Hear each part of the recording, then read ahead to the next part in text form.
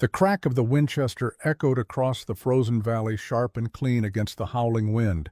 Clay Brennan lowered the rifle slowly, his breath forming white clouds in the bitter February air. The gray wolf lay motionless 20 feet away, steam rising from its body as blood darkened the pristine snow. His Appaloosa stallion, Ranger, stood steady behind him, trained not to spook at gunfire. Clay was 38 years old, though the Wyoming winters had aged his face beyond his years. A thin scar ran across his left temple, a reminder of Shiloh where he'd served as a Union cavalry scout. His wool coat was worn but serviceable, his boots resoled twice in the past year. Everything about Clay Brennan spoke of a man who lived deliberately, who wasted nothing, who moved through the world with quiet purpose. He'd been tracking the Wade gang for 6 days now, following a trail that led through Medicine Bow and into the Bighorn Mountains. 6 days of cold camps and colder leads chasing shadows for $500 in bounty money. Money he needed, money his daughter Sarah needed, living with her grandmother in Cheyenne while her father hunted bad men through frozen wilderness. But then he'd seen the smoke, black smoke rising thick and oily against the white sky. Wrong smoke, the kind that came from burning wagons, not campfires. Clay had turned Ranger north without hesitation, pushing through snowdrifts that reached the horse's chest. Some choices you made with your head. Others you made with whatever part of you still remembered being decent. The clearing opened before him like a wound in the forest. A wagon lay on its side, flames still licking at the canvas cover. 2 men sprawled in the snow, their blood already freezing in dark patches beneath them. Trappers from the look of their buckskins and fur hats. Dead maybe an hour, no more. And standing near the fire, warming her hands, was a woman. She was Apache, that much was clear from her deerskin dress and the way she held herself straight-backed and watchful. 26, maybe 27 years old, with intelligent eyes that tracked Clay's approach with the calculation of someone who'd learned early that survival meant paying attention. Her dress was torn at the shoulder, revealing a scratch, but nothing worse. A bone-handled knife hung from her belt, its blade catching the firelight. The 2 dead trappers bore stab wounds, defensive angles, the kind you got when someone fought back smart rather than desperate. Clay dismounted slowly, keeping his hands visible. The woman's right hand had already moved to her knife.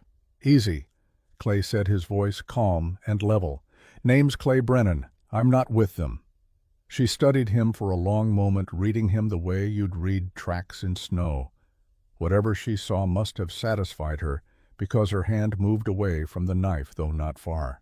"They are dead when they attacked me," she said, her English clear and unaccented, which surprised Clay more than it should have. "I defended myself," Clay nodded, scanning the scene with the practiced eye of someone who'd investigated enough violence to know the difference between murder and survival. The trappers had approached from opposite sides, trying to box her in. She'd moved laterally, using the wagon for cover striking when they overcommitted. Smart. Disciplined.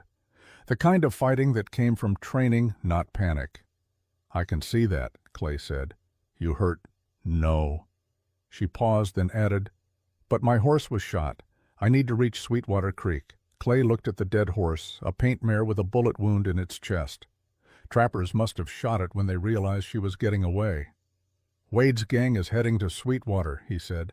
"That's where I'm going too." Something flickered across her face. Recognition, maybe, or calculation. "Then we ride together," she said. It wasn't a question. The wind picked up, carrying with it the promise of worse weather. Clay's shoulder ached, the old wound that predicted storms better than any barometer. They had maybe 2 hours before the blizzard hit in earnest. His cabin was 30 minutes' ride if they moved fast. "Storm's coming," Clay said. "Got a place nearby, safer than being out here." She considered this, weighing options with the same careful assessment she'd given him. Finally, she nodded once. Clay offered his hand to help her mount. She took it, her grip strong and sure, and swung up behind him onto Ranger. The horse shifted slightly under the extra weight, but settled when Clay patted his neck. "Name's Clay," he said over his shoulder. Clay Brennan. Morning Star, she replied. People call me Star. Star's a good name. Clay turned Ranger toward the trail. Your English is excellent. My adopted father believed in education. I read 6 languages. Despite himself, Clay smiled slightly. I only managed 2. They rode in silence for a moment, Ranger picking his way through the deepening snow. The wind cut through Clay's coat like knives, but Star seemed unbothered, her arms wrapped loosely around his waist for balance, not desperation. These Wade men, she said. You hunt them. I do. They robbed a train near Cheyenne 2 weeks back, 3 guards dead, $500 bounty. And you do this for money. It wasn't quite a question, but Clay answered anyway. I do it because bad men need catching. The money helps me take care of my daughter. Star said nothing to that, but Clay felt her nod against his back. The cabin appeared through the snow like a blessing, small and solid against the mountainside. Clay had built it himself 3 years ago when he'd first started working this territory. 1 room with a stone fireplace, a bed in the corner, a table and 2 chairs. Simple, functional, home after a fashion. He helped Star down, then led Ranger into the lean-to stable he'd constructed against the cabin's north wall. The horse would be warm enough there with feed and water. Star waited by the door, still watchful, still assessing. Inside, Clay moved with practiced efficiency. He built up the fire in the stone hearth, the wood dry and ready. Within minutes, warmth began spreading through the small space. He filled the coffee pot from his water barrel and set it on the iron hook over the flames. There's a basin there, he said, pointing to a wooden stand near the bed. Water to clean up. I'll step outside. That is not necessary, Star said. She'd already moved to the basin, examining the scratch on her shoulder with clinical detachment. It is only a scratch. Clay busied himself with the coffee instead, giving her privacy anyway. The cabin was neat, everything in its place. A photograph in a simple frame sat on the mantel, a young woman with kind eyes and a small child in her arms. Star's gaze found it held there for a moment. Your family? She asked. My wife, Lizzie, our daughter, Sarah. Lizzie passed 2 years ago, pneumonia. The words came easier now than they had at first, though they still carried weight. Sarah lives with her grandmother in Cheyenne. She's 5. Star nodded slowly. I am sorry for your loss. Thank you. Clay poured coffee into 2 tin cups. Coffee might not be good. I'm no cook. Star accepted the cup, took a cautious sip, and something like amusement crossed her face. You are correct. You are not. Clay laughed a real laugh that surprised him. It had been a while. Honest. I appreciate that. They sat at the table, the coffee terrible but hot, the fire crackling pleasantly. Outside, the storm intensified, wind rattling the shutters. Inside, for the moment, there was warmth and something approaching peace. Star noticed the medical kit on the shelf, its contents organized with military precision. She stood and examined it, her fingers moving over the herbs and supplies with recognition. You know willow bark, she said. For pain. My wife taught me before she passed. Basic field medicine. She was a wise woman. These are good medicines. Star turned to face him. I am a healer for my people. I know these plants. That why you're going to Sweetwater? Star's expression shifted, became guarded. I was taking medicine to the children there. Some are sick. The winter has been hard. Clay heard what she didn't say in the careful way she spoke. Wade's gang, the burned wagon. This wasn't just about medicine. Wade's men, he said. They were looking for you. It wasn't a question, but Star answered anyway. They burned the wagon because they thought there was gold. When they found only medicine, they killed the guards. I escaped. Why were they looking for you specifically? Star met his eyes, weighing how much to tell. Clay had seen that calculation before in soldiers deciding whether to trust a new commander and witnesses, deciding whether to talk to the law. That is a longer story, she said finally, one better told after we both rest. Fair enough. Clay stood moved to the map spread across his work table. It showed Wyoming territory marked with trails and towns and notes in his careful handwriting. Star joined him, studied the map with clear understanding. Her finger traced a route. "You were tracking Wade through Medicine Bow. That's right. They will not go that way." She pointed to a different pass. "They will go through Eagle Pass. I heard them speak of it." Clay looked at her sharply. "When did you hear this?" 3 days ago. I was following them. They stopped at a camp. They did not know I was near." She met his gaze steadily. "They assume Apache women do not understand English. This is their mistake. It is also my advantage."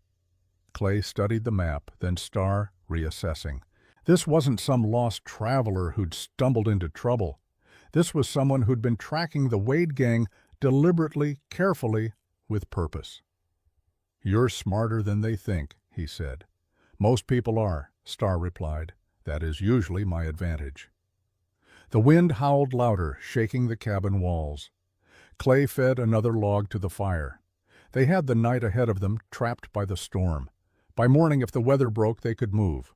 But for now they were here, two people with separate missions that had somehow intersected in blood and snow. Clay pulled his spare Winchester from the wall rack.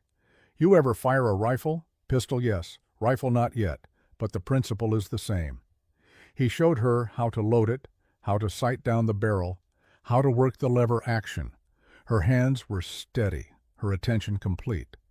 She learned like someone who understood that knowledge meant survival. "You're a quick study," Clay said. "I have had good teachers." Star set the rifle carefully aside. "And I have learned that in this country a woman must know how to protect herself." Clay wanted to argue with that, wanted to say that women shouldn't have to fight their own battles. But he'd seen enough of the world to know that what should be and what was were often miles apart. Instead, he said, "Tomorrow, if the storm breaks, we ride to Sweetwater. I find Wade. You deliver your medicine. After that, we go our separate ways." Star nodded, but something in her expression suggested she knew it wouldn't be that simple, that once their paths had crossed, they'd altered each other's trajectories in ways neither of them fully understood yet. "Tomorrow," she agreed. They took turns keeping watch through the night, though the storm made any approach impossible. When Clay slept, he dreamed of Lizzie, her voice soft and certain. "Do right even when it's hard." When Star slept, Clay studied the photograph on the mantel, his daughter's face, and wondered what kind of world he was building for her, one bounty at a time. By dawn, the storm had passed, leaving behind a world transformed by snow. The sun rose cold and clear over mountains that seemed carved from crystal. Clay and Star prepared to leave in quiet efficiency, two people who'd learned to trust each other in the space of a single night, bound together by circumstance and something deeper, something like shared purpose.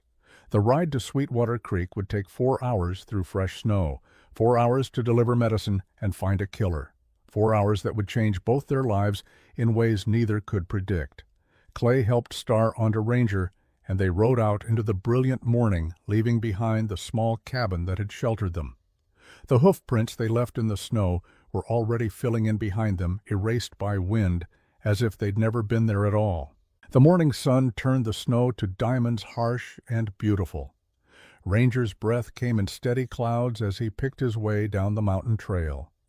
Star sat behind Clay, balanced easily, now her eyes scanning the terrain with the attention of someone trained to read landscape like language. Every broken branch, every disturbed drift, every sign of passage. 3 miles from the cabin they encountered Doc Mercer.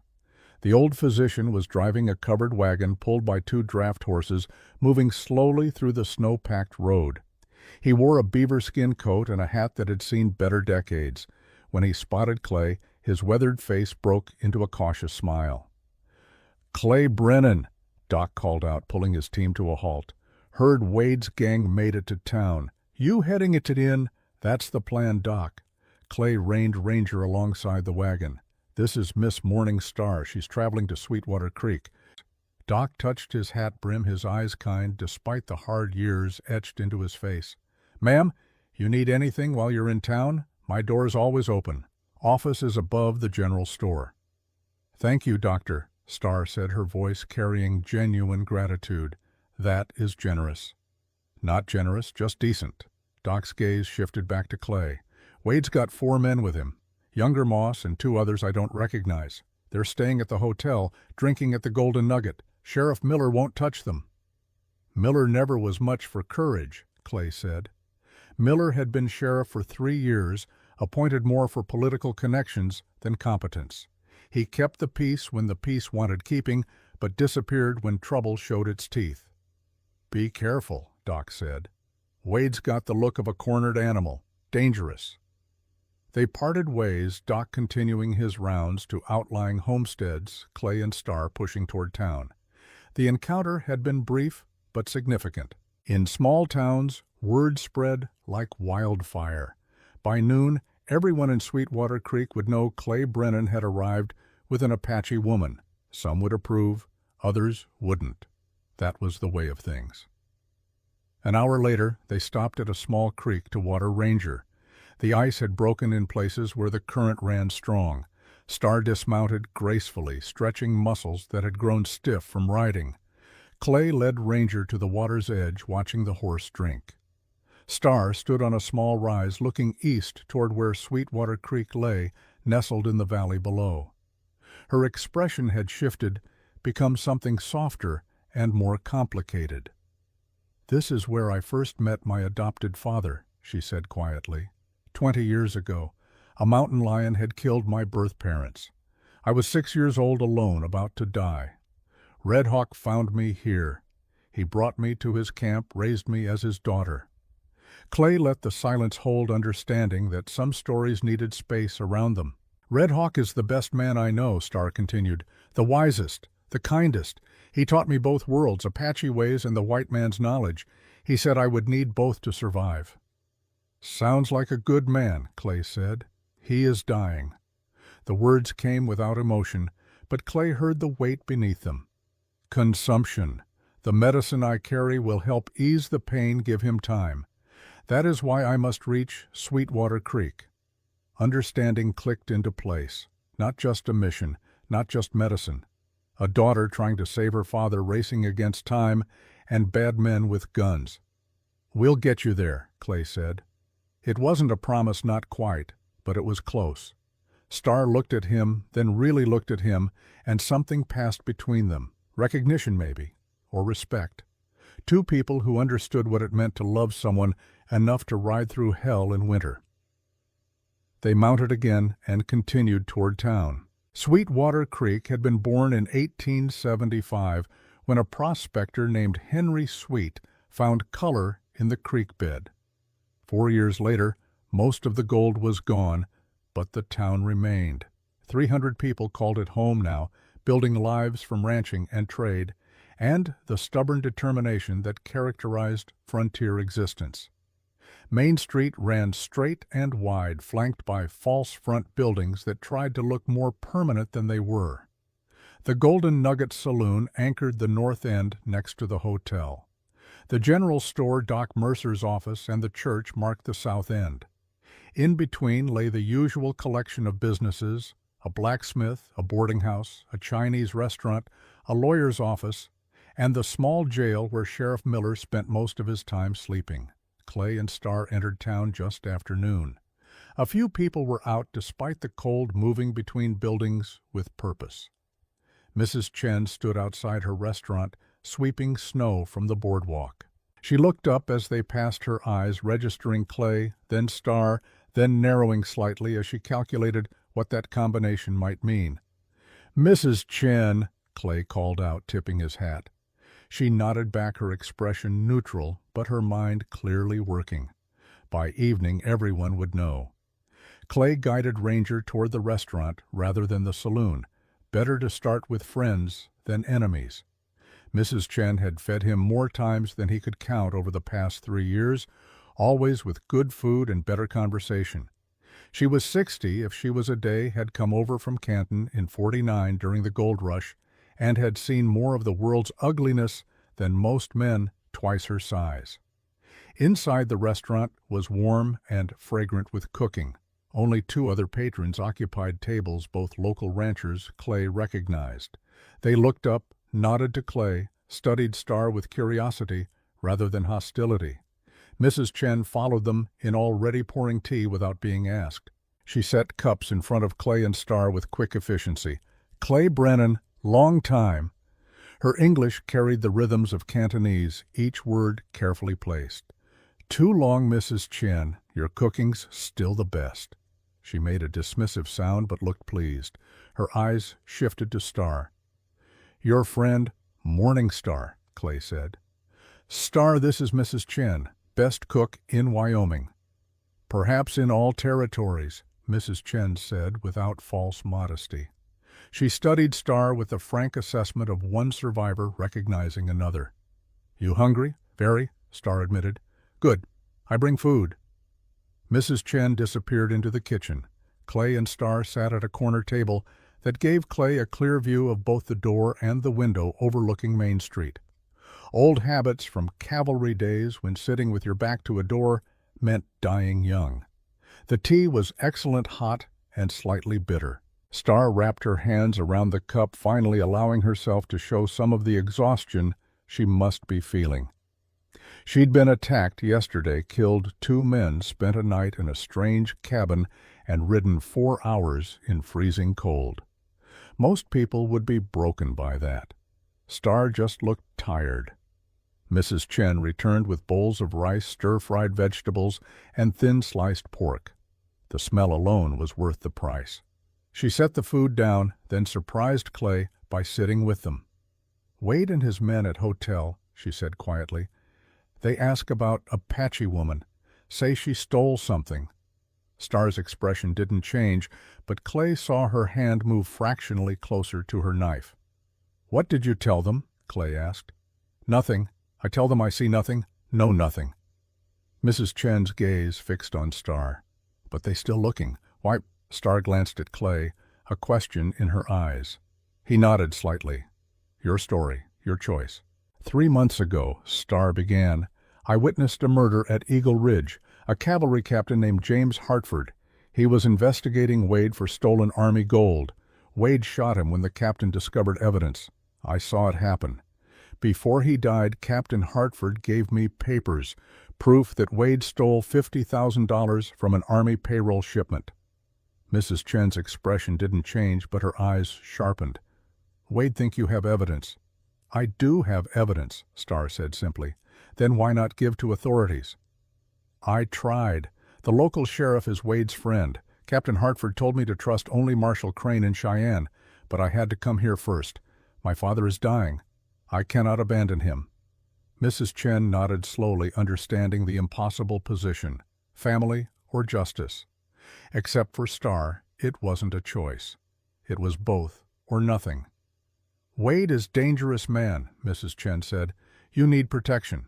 "That's where I come in," Clay said. He'd been thinking through the situation while Star spoke calculating angles and probabilities. "I'm already hunting Wade for the train robbery. The Army gold just adds to the charges. Star's evidence will help hang him." "And after?" Mrs. Chen asked. "After you catch Wade, what then?" "I take the evidence to Marshal Crane," Star said. "Clear Captain Hartford's name. Make sure justice is served." The restaurant door opened. All 3 of them looked up reflexively. It was just Tom Brewster, the store owner, stamping snow from his boots. He nodded to them and took a seat near the front. Mrs. Chen stood. "You finish eating. Then you should see Reverend Gray at church. He helped people Wade cannot touch. God's house is sanctuary." It was good advice. Clay had known Reverend Gray for 2 years, a former chaplain who'd served in the war, and understood that sometimes righteousness required standing against evil with more than just prayers. They finished eating in comfortable silence. The food was as good as promised, warming Clay from the inside out. When they were done, Mrs. Chen refused payment. "You pay by catching Wade," she said firmly. "That is good enough." Outside, the afternoon sun was already beginning its descent toward the mountains. They had maybe 3 hours of good daylight left. Clay led Ranger toward the church at the south end of town. The building was modest, white-painted wood with a small steeple and a cross that caught the late light. Reverend Gray was outside splitting firewood with the steady rhythm of a man who found meditation in physical work. He looked up as they approached his weathered face, breaking into a smile.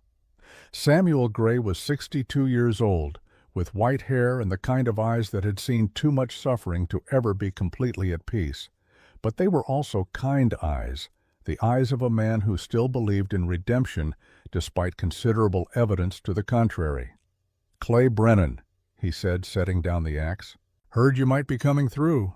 "News travels," Clay said, dismounting. In a small town, news travels faster than horses. Gray's attention shifted to Starr as she dismounted. "Ma'am?" "Reverend," Starr said, "my name is Morning Star." Something flickered in Gray's expression. Recognition, maybe, or understanding. He'd been a chaplain on the frontier for 20 years. He'd seen what happened to the tribes, the slow crushing of a people between greed and progress. "You're welcome here, Miss Starr," he said simply. Over the next 15 minutes, while Gray made coffee in the small room behind the church, Clay and Starr explained the situation. Gray listened without interrupting, his face grave. When they finished, he was quiet for a long moment, clearly thinking through implications and possibilities. "Wade's been trouble since he arrived a week ago," Gray finally said. "He and his men drink heavy start fights, intimidate people. Sheriff Miller turns a blind eye. I suspect Wade's paying him." "Probably," Clay agreed. "If Starr's evidence is as damning as you say, Wade won't stop looking for her, and if he thinks she's here in town, he'll make a move." "I know," Clay said. "That's why we need a safe place for her, somewhere Wade can't reach easily." Gray nodded slowly. "Anna Morrison runs the boarding house. Good woman, tough as nails, lost her husband to outlaws 5 years back. She doesn't like Wade, wouldn't give him a room when he asked. Starr could stay there. Anna's got a shotgun and knows how to use it." "And if Wade comes anyway?" Starr asked. "Then he finds out that this town has more steel in it than he thinks," Gray said. His voice was quiet, but there was iron underneath. "We've built something here, a community. We look after our own. And if you're in this church, you're under God's protection. That means something to good people." Clay felt something shift in his chest. This was why he did the work. Not for bounties or money, though he needed both. For this. For places where decent people tried to build something better than chaos. "I'll send word to Marshal Crane," Clay said. "Telegraph office should still be open. He needs to know Wade's here and that we have a witness." "Good," Gray said. He turned to Starr. "Come, let's get you settled at Anna's. You'll be safe there." As they walked toward the boarding house, Clay noticed people watching from windows and doorways. Some looked curious, others concerned, a few hostile. That was expected. Starr was Apache, and there were people in every town who couldn't see past that, who blamed all natives for the crimes of a few who refused to recognize shared humanity. But there were also people who nodded respect. Mrs. Chen sweeping her steps. Doc Mercer standing in his office doorway. Tom Brewster loading supplies into a wagon. These were the good ones. The ones who remembered that civilization was measured not by how you treated the powerful, but how you protected the vulnerable. Anna Morrison's boarding house was a 2-story structure painted yellow with green shutters and a wide front porch. Anna herself answered the door, a woman of 40, with steel gray hair and eyes that assessed situations with military precision. Her husband had been a cavalry officer killed in an ambush near the Powder River. She'd stayed running the boarding house he'd built, refusing to let tragedy define her. Gray made introductions. Anna listened to the abbreviated version of Starr's story, her expression never changing. When Gray finished, she simply nodded. "I've got a room in back," Anna said. "Ground floor window faces the alley. Easy exit if needed. You can stay as long as necessary, Miss Starr." "I can pay," Starr began, but Anna waved her off. "You can pay by telling the truth about Wade when the time comes. That's payment enough." Clay left Starr in Anna's capable hands and headed for the telegraph office. The sun was setting now, painting the snow in shades of orange and red. beautiful and cold and indifferent to human struggle. The telegraph operator, a young man named Billy Sutton, took Clay's message without comment and tapped it out with practiced efficiency. The reply from Marshal Crane came within 30 minutes. Received, stop. Coming February 15th. Stop. Keep witness safe. Stop. Evidence critical. Stop. Crane, February 15th was 2 days away. 2 days to keep Star safe. Keep Wade from running and keep the fragile peace of this small town from shattering into violence.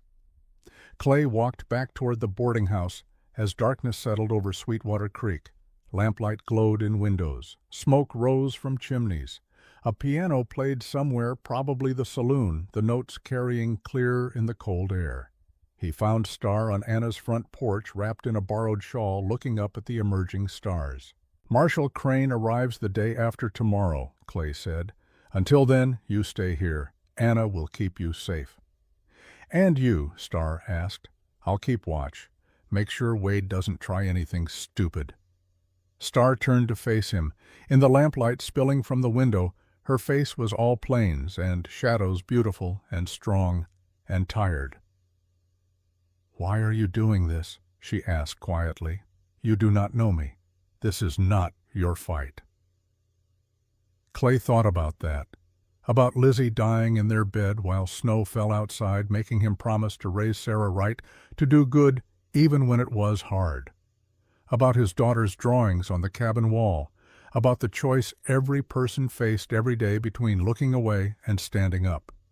My wife used to say that we're all connected, he said finally, that what hurts one person hurts everyone if we let it. Maybe that's naive, but I figure if I can help, I should. You deserve protection. Your father deserves to see you again. Wade deserves a noose. That's reason enough. Star studied him for a long moment, then nodded slowly. Your wife was a wise woman. She was. They stood together in the cold, two people bound by circumstance and choice, while inside the warm house, Anna Morrison loaded her shotgun and made up the bed in the back room. Across town in the Golden Nugget Saloon, Harlan Wade drank whiskey and made plans. And somewhere in the dark mountains, Marshal Crane rode toward Sweetwater Creek, carrying the weight of federal authority and the hope of justice. The stage was set. The players were in position. In 2 days, everything would come to a head. But for now, there was just this moment, this quiet evening in a small town where decent people prepared to stand against evil and hoped it would be enough. Clay touched his hat brim to Star and headed into the darkness, his Navy Colt heavy on his hip, his mind already working through contingencies and plans. Behind him, Star watched until he disappeared, then went inside where Anna had hot soup waiting and a room that was for tonight at least safe. The door closed. The lock turned, and Sweetwater Creek settled into an uneasy sleep, balanced on the edge of violence, waiting for tomorrow. The morning after their confrontation in the saloon, Clay woke before dawn in the small room he'd rented above Tom Brewster's general store.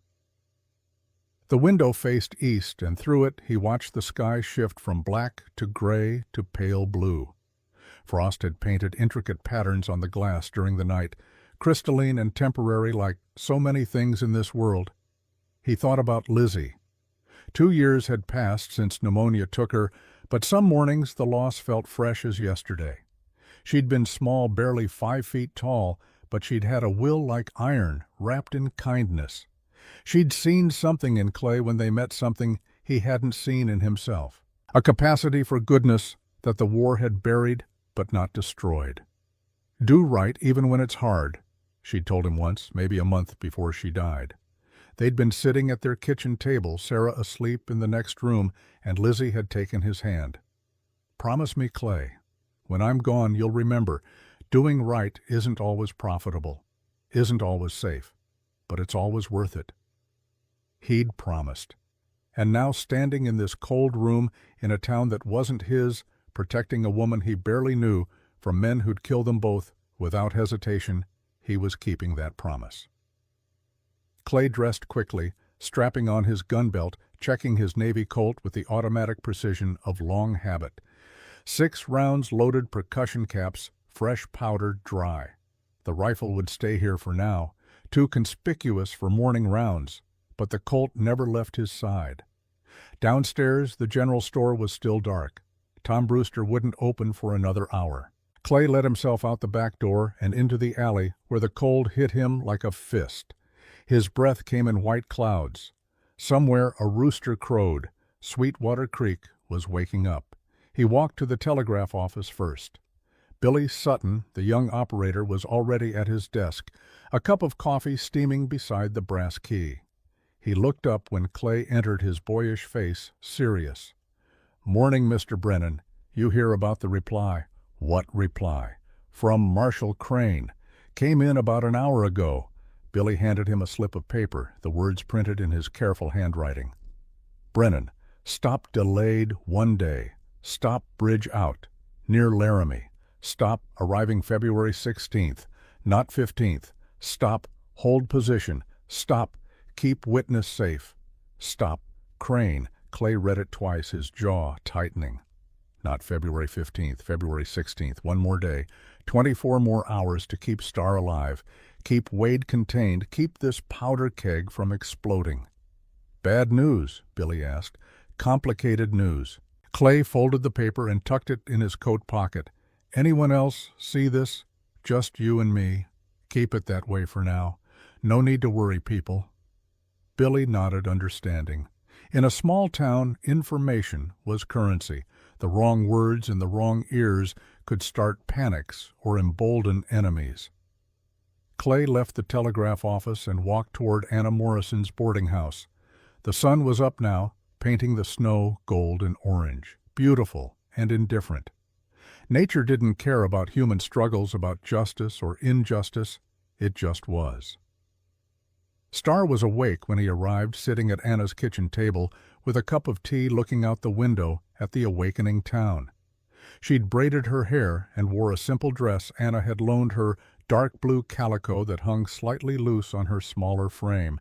Despite everything, she looked rested, strong. Anna was cooking breakfast, the smell of bacon and eggs filling the kitchen. She glanced at Clay when he entered, read something in his expression. "Bad news," she said, not a question. "Marshal's delayed. Bridge out, near Laramie. Won't be here until tomorrow." Star's hands tightened slightly on her teacup, but her voice remained steady. "1 more day." "1 more day," Clay confirmed. He accepted the coffee Anna poured him, black and strong. "Changes things. Wade will hear about the delay. He'll know he has more time to make a move." "So what do we do?" Anna asked. "We gather more allies. Make it clear that Star's not just protected by me and a few others. Make Wade understand that the whole town stands with her." Clay took a sip of coffee, organizing his thoughts. "Reverend Gray can help. He knows everyone knows who can be trusted." "And those who can't be trusted?" Star asked. "We work around them. Wade probably has informants, someone feeding him information. We can't stop that. But we can make sure the information they carry shows strength, not weakness." They ate breakfast in thoughtful silence, each person processing what the delay meant. Anna's shotgun leaned against the wall near the door within easy reach. The windows had curtains drawn, limiting sight lines from outside. The boarding house had become a fortress, gentle and domestic on the surface, but fortified underneath. After breakfast, Clay walked to the church. The building sat at the south end of town, white clapboard, with a modest steeple. Reverend Samuel Gray was outside splitting firewood, the rhythmic thunk of the axe marking time like a heartbeat. He paused when he saw Clay approaching, wiped sweat from his forehead despite the cold. "Marshal's delayed," Clay said without preamble. Gray drove the axe into the chopping block and left it there. "How long?" "1 day, maybe 2 if the weather turns." "Wade will push harder." "He will." Clay helped Gray stack the split wood against the church wall. "That's why I need your help. We need to organize people. Show Wade that Star has the town's protection, not just mine." Gray was quiet for a moment, his breath steaming in the cold air. He was 62 years old, had served as a chaplain through some of the war's bloodiest battles. He'd counseled dying boys who called for their mothers, had written letters to families who'd never see their sons again. He understood evil, and he understood the cost of fighting it. "Come inside," he said finally. "Let's talk properly." The church interior was simple and beautiful. Wooden pews, a small altar windows that let in morning light. It smelled of candle wax and old hymn books. Gray led Clay to a small office behind the sanctuary where a potbelly stove glowed red. "Coffee," Gray offered. "Already had 3 cups. Any more and I'll be too jittery to shoot straight." Gray smiled slightly at that, then grew serious. "You're asking people to risk their lives. You understand that Wade's not the type to forgive interference." "I know what I'm asking," Clay said. "And I know it's not fair. These are peaceful people. Merchants, ranchers, families. They didn't sign up for a war." "But sometimes war finds you anyway," Gray finished. He moved to the window looking out at his church, his town. "I came here 5 years ago. After the war I couldn't stomach another city. Too many people, too much noise, too much sin layered on sin. Thought a small town might be different, might be clean." "And is it cleaner?" Gray said. "But not clean. Evil finds its way everywhere. The question is whether good people stand against it or look away. What do you think they'll do? The people here." Gray turned from the window. "I think most of them are tired of being afraid. Tired of Wade and his men swaggering around like they own the place. Tired of Sheriff Miller's cowardice.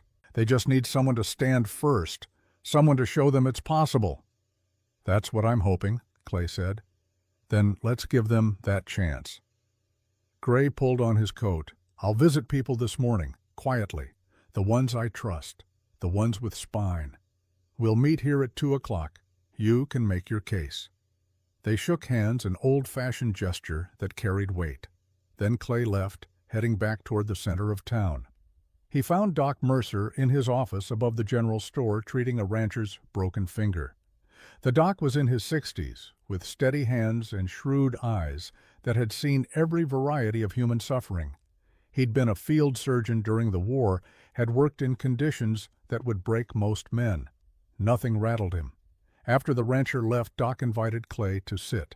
The office was cluttered, but organized medical instruments, gleaming bottles of tinctures and powders arranged alphabetically. A skeleton hung in the corner, its empty eyes staring at nothing. "You look like a man with troubles," Doc said, washing his hands in a basin. "Wade's still in town. Marshall's delayed. I need people willing to stand." Doc dried his hands carefully, then turned to face Clay. "I'm 63 years old. My hands shake sometimes. My eyes aren't what they were. But I can still shoot a rifle, and I still remember what it means to have principles. Count me in. It could get dangerous." "I'm a doctor. I've spent 40 years dealing with dangerous. At least this time I get to shoot back." Doc smiled grimly. "What do you need? Your presence, your example. If Doc Mercer stands with Starr, others will follow. Respect matters in small towns." "It does," Doc agreed. "I'll be at the church at 2, and I'll bring my rifle." Clay visited others throughout the morning. Tom Brewster, who ran the general store and had a family to protect, but also remembered what it meant to have honor. Mrs. Chen, who'd survived the California gold fields and had seen enough injustice to last 10 lifetimes. Jack Holloway and his 2 sons ranchers, who valued straight dealing and despised bullies. By noon, Clay had commitments from a dozen people, not an army, but enough. Enough to show Wade that Starr wasn't friendless, that violence against her meant violence against the community. At 1 o'clock, Clay checked on Starr again. She was in her room at the boarding house carefully preparing doses of medicine for her father, small leather pouches of herbs, each one labeled in neat handwriting.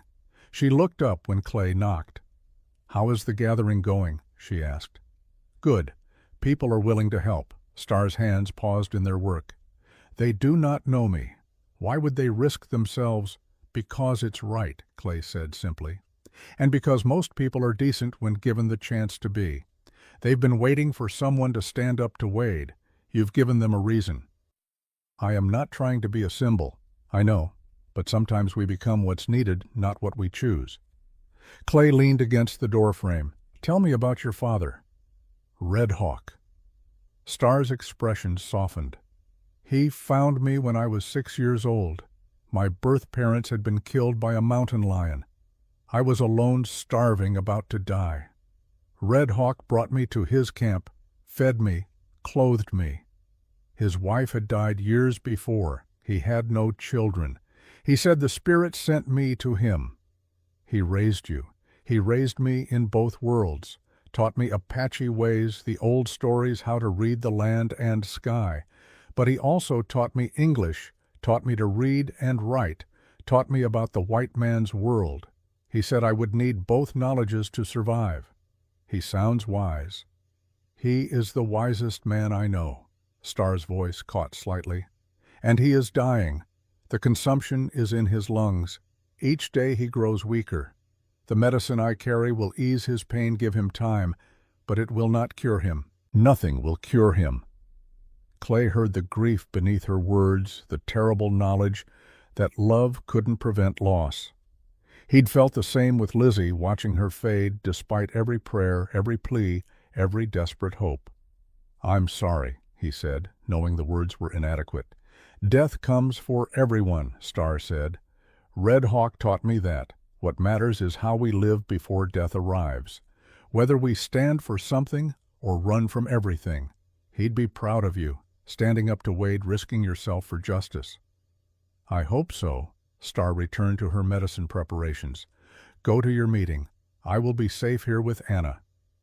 At 2:00, 15 people gathered in the church sanctuary. They sat in the pews, faces serious, some frightened, all determined. Clay recognized most of them. Doc Mercer, Tom Brewster, Mrs. Chen, Jack Holloway, and his sons. Others he knew by sight, if not by name.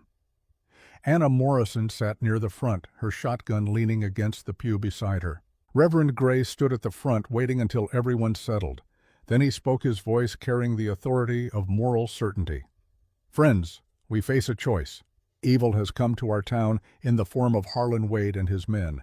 They've intimidated us, stolen from us, treated Sweetwater Creek like their personal property. Sheriff Miller won't act, so we must." Murmurs of agreement rippled through the small gathering. Gray continued, "Miss Morningstar is staying with Anna Morrison. She witnessed Wade murder a cavalry officer. She has evidence that can hang him. Wade knows this. He wants her silenced. If we do nothing, she dies. And our town dies with her, dies morally, if not physically."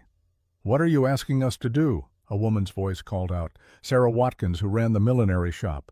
"I'm asking you to stand," Gray said simply, "to protect Miss Starr until Marshal Crane arrives, to show Wade that we're not afraid, that this town belongs to decent people, not criminals." Tom Brewster stood. "Wade's got 5 armed men, maybe more. Most of us are shopkeepers, not gunfighters." "That's true," Clay said, standing as well. "But strength isn't just about guns. It's about will, about unity. Wade's used to people backing down, giving him what he wants out of fear. If we stand together, if we show unified resistance, he'll think twice. Bullies usually do when they face real opposition." "And if he doesn't think twice," Jack Holloway asked, "if he decides to force the issue, then we defend ourselves," Clay said. "Legally, righteously. We have every right to protect a witness from a wanted criminal, but I don't think it'll come to that. Wade's smart. He knows attacking the whole town is suicide, even if he wins the fight." Anna Morrison rose, her voice steady and strong. "My husband died fighting men like Wade, men who thought might made right.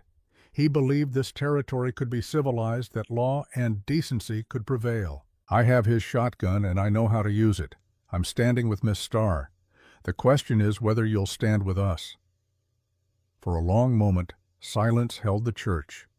Then Doc Mercer stood. "I'm in." Mrs. Chen stood. "Me too." One by one the others rose. Not all of them. 3 people quietly slipped out, unwilling to risk themselves. But 12 remained. 12 people willing to put themselves between innocence and evil. Clay felt something shift in his chest. Hope or faith or simply recognition that goodness still existed in the world. These weren't soldiers or heroes. They were ordinary people choosing to be extraordinary. "Thank you," he said quietly. "All of you. What you're doing matters more than you know." They spent the next hour planning. Doc Mercer would position himself in his office window with a rifle overlooking Main Street. Tom Brewster would stay in his store with his shotgun covering the east approach. The Holloway brothers would patrol the edges of town, watching for flanking movements. Others would maintain normal routines but stay alert, ready to act if needed. "The key is visibility," Clay explained. "Wade needs to see that Star's not isolated, that attacking her means confronting all of us. Sometimes the threat of unified resistance is enough to prevent violence." "And if it's not enough," Sarah Watkins asked, "then we defend ourselves," Clay said. "But we do it right. No murder, no vengeance, just protection. We hold the line until federal authority arrives."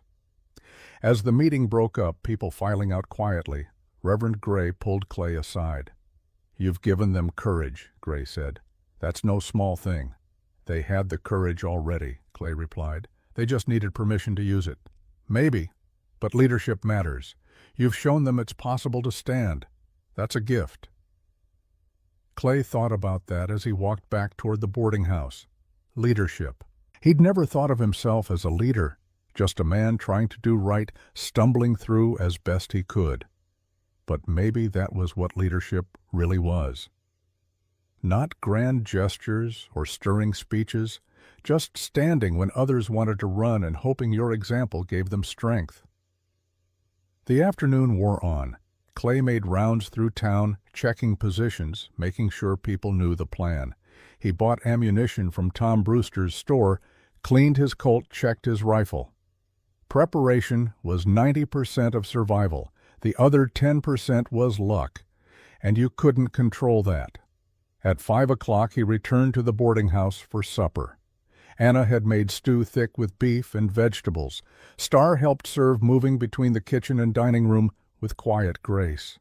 They ate together, the three of them, while outside the sun set and shadows lengthened. "Tomorrow Marshal Crane arrives," Anna said. "Then this ends." "Unless Wade makes a move tonight," Clay said. "Will he? I don't know. He's desperate. Desperate men are unpredictable." Star set down her spoon. "If he comes, I will face him. I will not hide while others fight my battle." "You'll stay inside where it's safe," Clay said firmly. "Your job is to survive, to testify, to make sure justice is served. That's more important than any fight." "And your job is to survive as well," Star replied. "To return to your daughter. She needs her father." The mention of Sarah hit Clay harder than expected.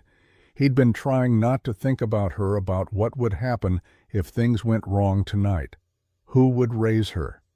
Who would tell her bedtime stories and dry her tears and teach her right from wrong?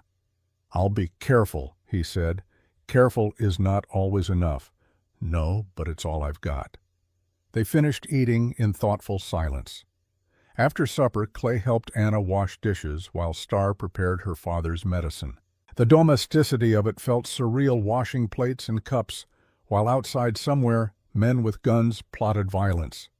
Night fell completely.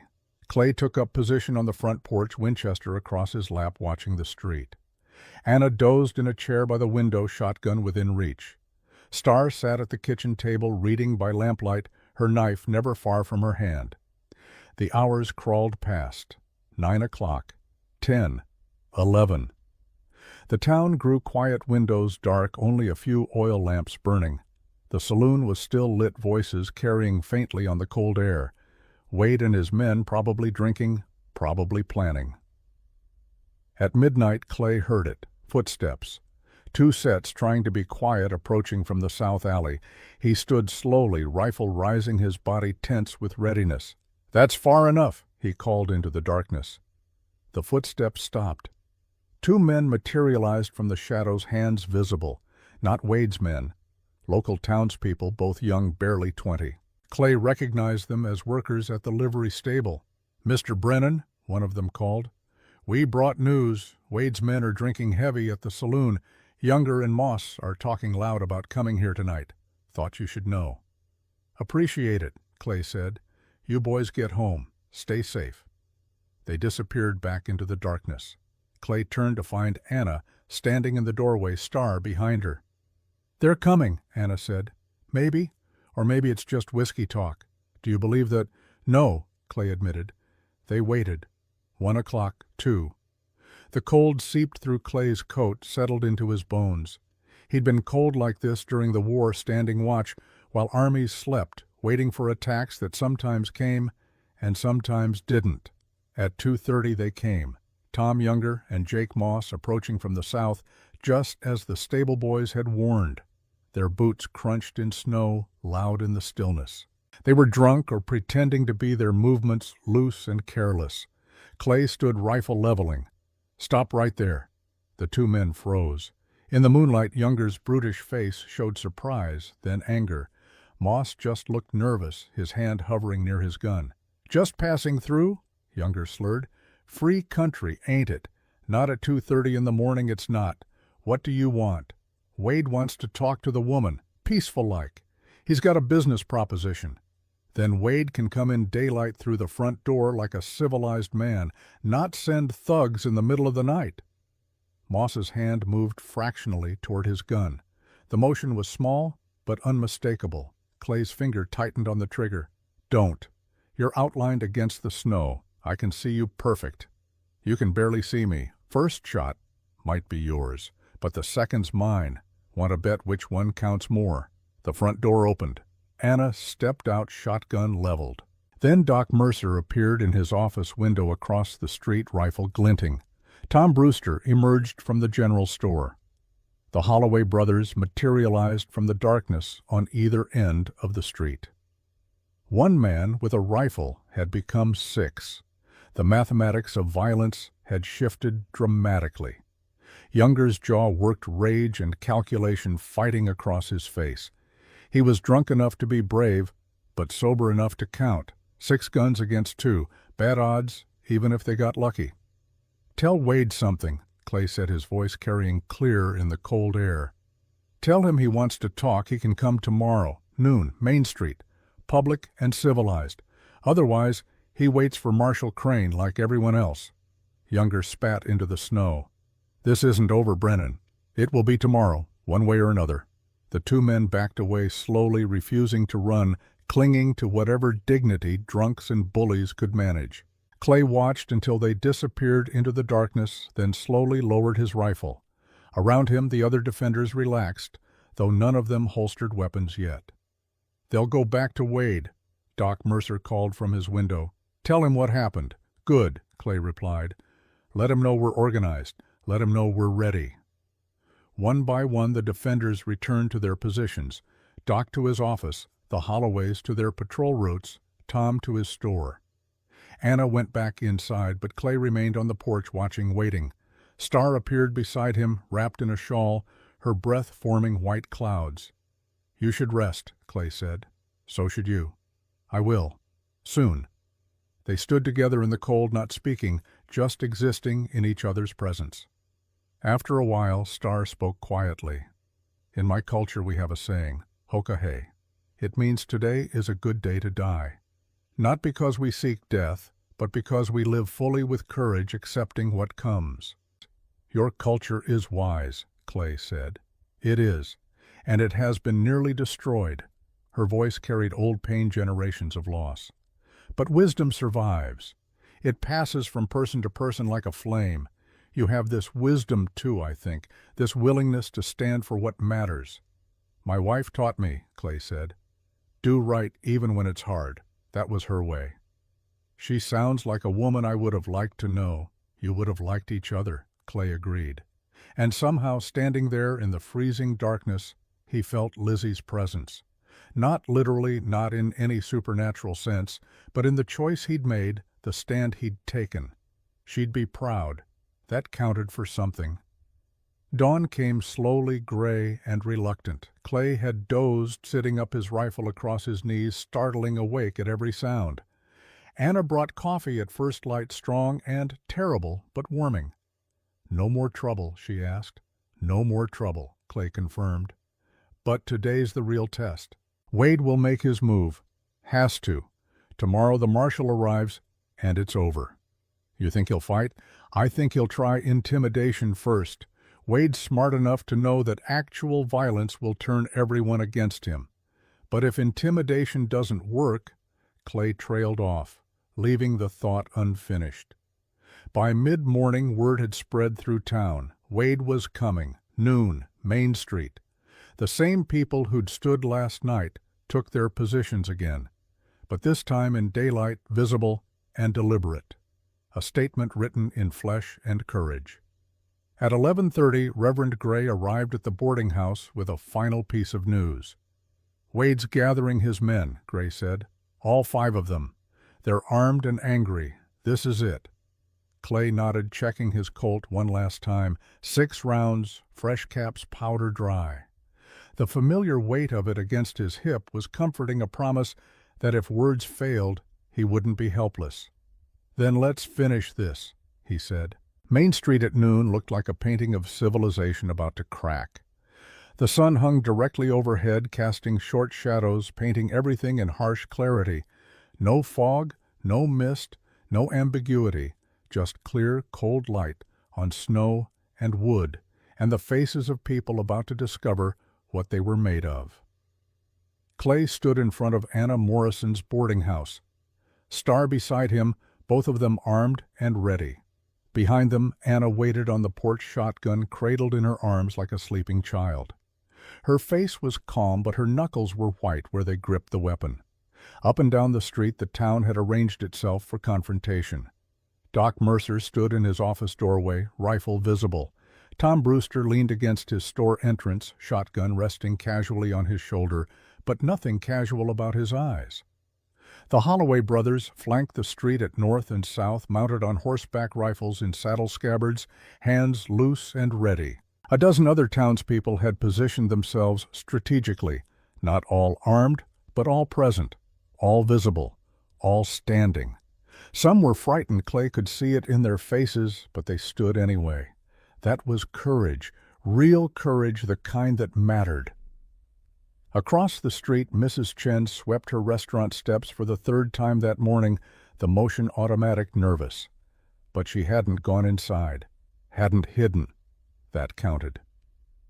Reverend Gray stood near the church steps, his Bible in one hand, but Clay knew a pistol rested in his coat pocket. Even men of God had limits lines they wouldn't let evil cross.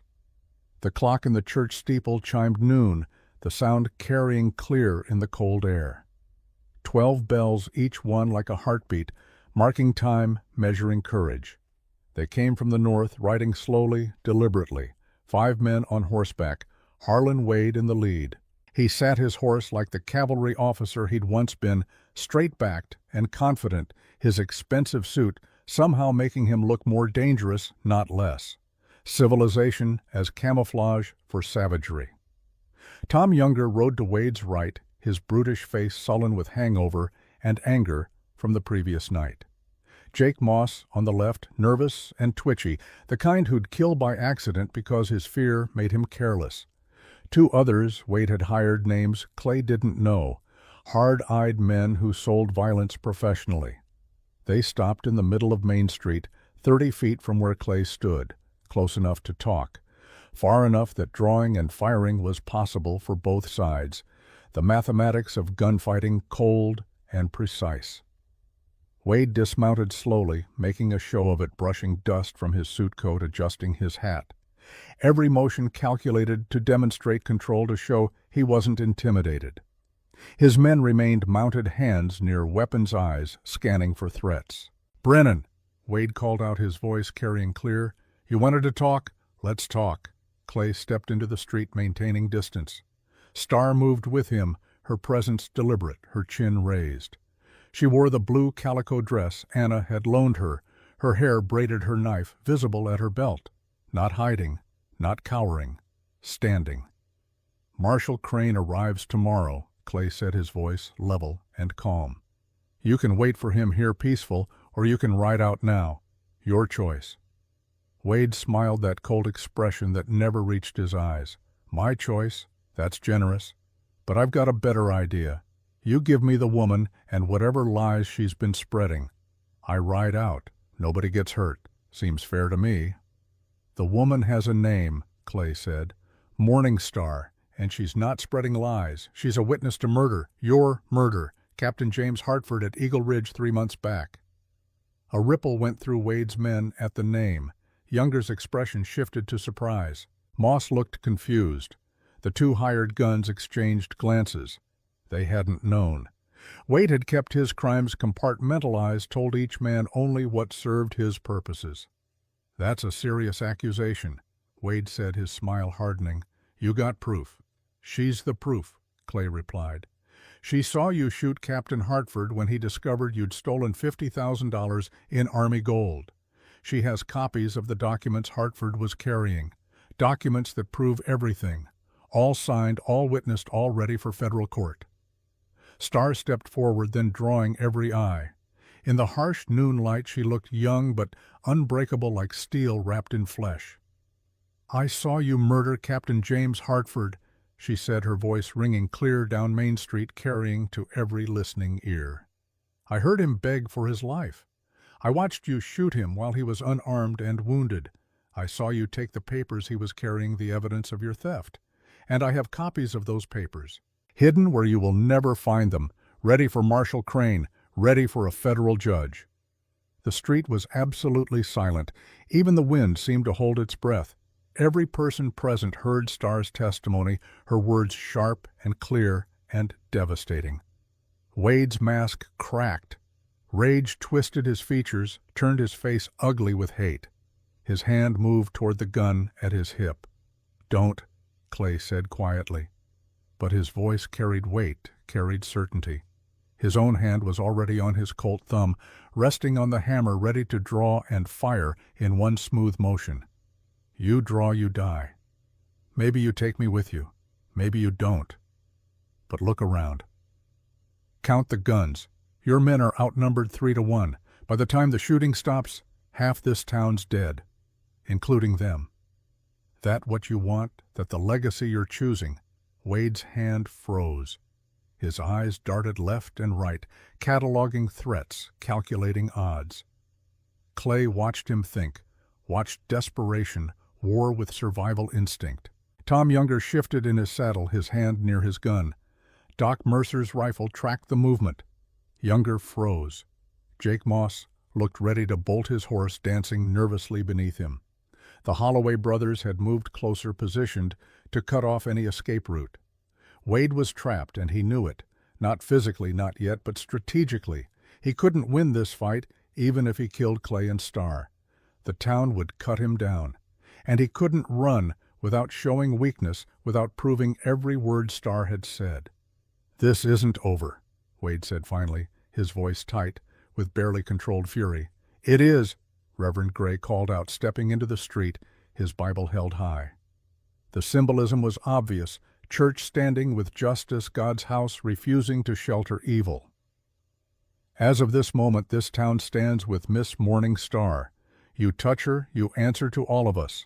Every person here, every gun you see and ones you don't. You want war with an entire community, other voices joined in a chorus building. We stand with her. Leave her alone. Get out of our town. Not everyone, some windows remained curtained, some doors stayed closed. But enough voices, enough courage. The sound of unified resistance seemed to shake Wade more than any threat Clay could have made. This wasn't one bounty hunter and a woman. This was community, the thing he'd been trying to intimidate and control, rising up and saying no. Wade's horse shifted beneath him, sensing its rider's agitation.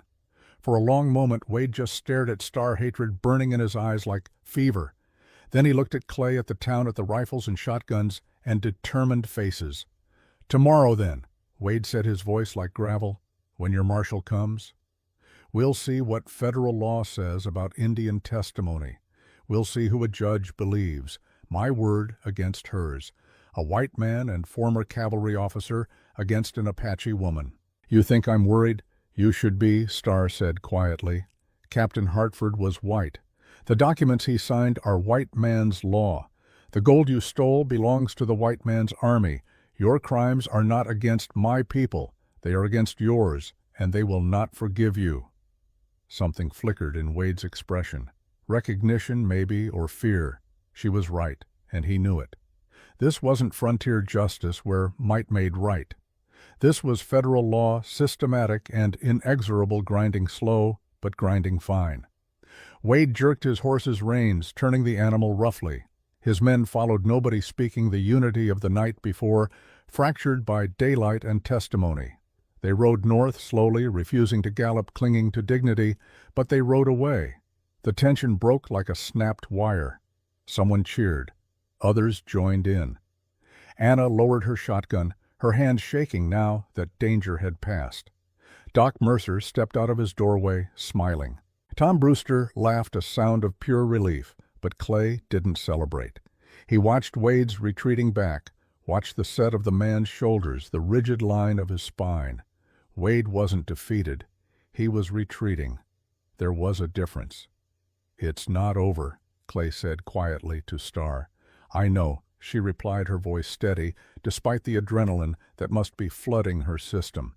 "Men like Wade do not surrender. They wait, they plan, they strike when you lower your guard." "Then we don't lower our guard." Reverend Gray approached, his face grave, despite the celebrating townspeople. "You think he'll try something?" "I'd bet money on it," Clay said. "Tonight, probably. One last desperate play before the marshal arrives." "Then we prepare," Gray said. "Again." The afternoon passed in tense preparation. Clay made rounds, checking positions, making sure everyone understood that the fight might not be over. Some people returned to their homes, nerves frayed, unable to sustain the constant tension. Others remained determined to see it through. Mrs. Chen brought food to the boarding house, enough for a small army. "You need strength," she said simply, setting down baskets of dumplings and steamed buns. "Tonight will be long." Star helped distribute the food to the various defenders, moving between buildings, thanking each person individually. Clay watched her work, saw how people responded to her quiet dignity, her courage. She'd gone from stranger to symbol, in the space of 2 days become the heart of something larger than herself. As the sun set, painting the snow in shades of orange and gold, Clay found himself thinking about Sarah. She'd be having supper now with her grandmother in Cheyenne, probably chattering about her day, asking when Daddy would visit. He'd promised her a trip to Sweetwater Creek in the spring when the flowers bloomed. Promised to show her the mountains. He intended to keep that promise. Night fell completely, wrapping Sweetwater Creek in darkness, broken only by scattered lamplight. Clay took his position on Anna's porch again, rifle across his knees, watching shadows for movement. Inside, Star sat with Anna at the kitchen table, both women quiet, both armed, both waiting. The hours crawled. 9 o'clock. 10. 11. The saloon closed early, unusual for a Friday night. That worried Clay more than if it had stayed open. Closed meant Wade had gathered his men. Closed meant they were planning. At midnight, Clay heard horses, not approaching the boarding house, but moving through town, heading south. He stood rifle ready, but the riders passed a block west, moving fast. Running. Clay listened until the hoofbeats faded completely, then walked quickly to the livery stable. The night man, old Pete Sorensen, met him at the door. "They gone?" Pete asked. "Who?" "Wade and his men. Pulled out 20 minutes ago. Took their horses, their gear, didn't pay their bill at the hotel, just rode out like devils were chasing them." Clay felt the tension drain from his shoulders. Wade had run, given up, decided that facing a federal marshal with a town full of witnesses wasn't worth the risk. He walked back to the boarding house and delivered the news. Anna sagged in her chair, months of fear finally releasing. Star just nodded, unsurprised. "He will not face justice," Star said quietly. "He will run far, hide well. Men like him always do." "Maybe," Clay said. "But maybe not. Federal marshals have long memories, and Wade's face is known now. His crimes are known. He'll spend the rest of his life looking over his shoulder. That is not enough." "No," Clay agreed. "But it's something, and it's more than most outlaws face." That night, for the first time in days, Sweetwater Creek slept peacefully. Guard shifts continued, but the edge of panic was gone. Wade had broken, had run, had shown himself for what he was, a coward when faced with real opposition. The afternoon after Wade fled, Star made her way to the Apache camp at the edge of town. Clay accompanied her, maintaining respectful distance as she knelt beside Red Hawk's bedside. The old man's breathing was labored, each breath a struggle. But when he saw Star, his weathered face transformed with joy. Star prepared the medicine with practiced hands, mixing herbs into tea, applying poultices. She worked in silence, tears falling freely now that no one but family could see. "Thank you, daughter," Red Hawk whispered in Apache, his voice paper-thin. "You have honored me. You have honored our people."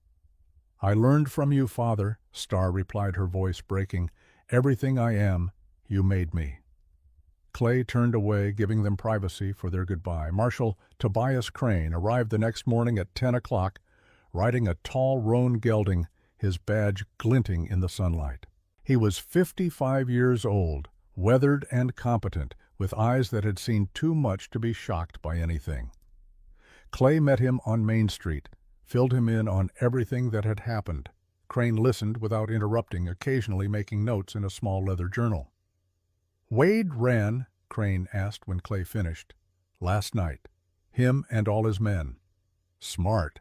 Federal court would have hanged him." Crane looked at Star, who stood nearby. "Ma'am, I'll need your testimony. Official statement and those documents Captain Hartford gave you." "Of course, Marshal," Star said. "I will tell you everything." They spent the next 3 hours in Reverend Gray's church office, Star detailing everything she'd witnessed, Crane taking careful notes. She handed over the documents. Hartford had given her papers that proved beyond doubt Wade's theft of Army gold.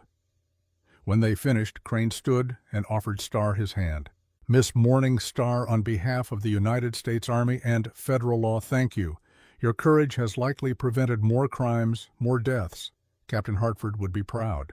"I did what was necessary," Star said, "what he died trying to do." "Justice doesn't always prevail," Crane said.